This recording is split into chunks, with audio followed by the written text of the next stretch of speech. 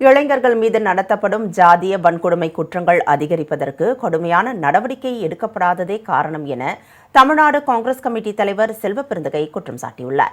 இது தொடர்பாக அவர் வெளியிட்டுள்ள எக்ஸ் தள பதிவில், புதுக்கோட்டை மாவட்டம் குளத்தூர் தாலுகா நடுப்பட்டி பகுதியைச் சேர்ந்த ஹரிஹரன் என்ற இளைஞன் மரணம் மிகுந்த அதிர்ச்சியையும் வேதனையும் அளிப்பதாக கூறியுள்ளார். காதல் தொடர்பு காரணமாக சமூக மற்றும் ஜாதிய அழுத்தங்களுக்கு உள்ளாகி அவர் உயிரிழந்திருக்கிறார் என்ற செய்தி மிகவும் கண்டனத்திற்குரியது என்றும் தெரிவித்துள்ளார்.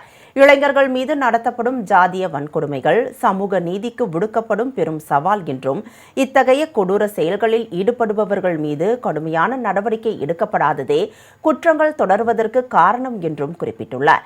இந்த வழக்கில் தொடர்புடையவர்களுக்கு எதிராக பதிவு செய்யப்பட்டுள்ள SC/ST வன்கொடுமை தடுப்பு சட்டம் மற்றும் தற்கொலைக்கு தூண்டுதல் ஆகிய பிரிவுகளின் கீழ் கடுமையாக விசாரிக்கப்பட வேண்டும் என்று வலியுறுத்தியுள்ள செல்வப்பெருந்தகை, குற்றவாளிகள் எவராக இருந்தாலும் அவர்களுக்கு கடுமையான தண்டனை வழங்கப்பட வேண்டும் என்று தெரிவித்துள்ளார்.